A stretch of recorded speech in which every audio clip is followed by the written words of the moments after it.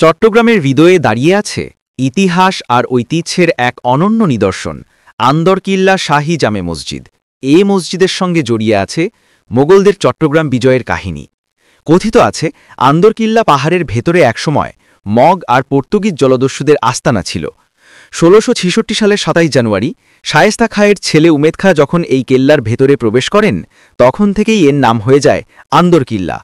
পরবর্তীতে ১৬৬৭ সালে সম্রাট আওরঙ্গজেবের নির্দেশে শায়েস্তা খাঁ মোগলদের বিজয়ের স্মৃতি ধরে রাখতে এখানে একটি বিশাল জামে মসজিদ নির্মাণ করেন, আর সেই থেকেই নাম হয় আন্দরকিল্লা শাহী জামে মসজিদ।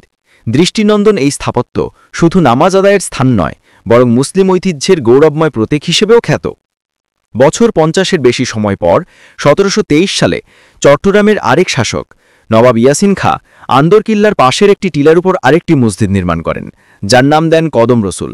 এভাবেই চট্টগ্রাম শহরের ইসলামী স্থাপত্যে যুক্ত হয় নতুন অধ্যায়। আজও আন্দরকিল্লা শাহী জামে মসজিদ চট্টগ্রামের ধর্মীয়, সাংস্কৃতিক এবং ঐতিহাসিক ঐতিহ্যের এক উজ্জ্বল প্রতীক। প্রতিদিন অসংখ্য মানুষ এখানে নামাজ আদায় করতে আসেন আর প্রাচীন ইতিহাসের ছোঁয়া পেয়ে মনে করেন গৌরব আর শ্রদ্ধার অনুভূতি।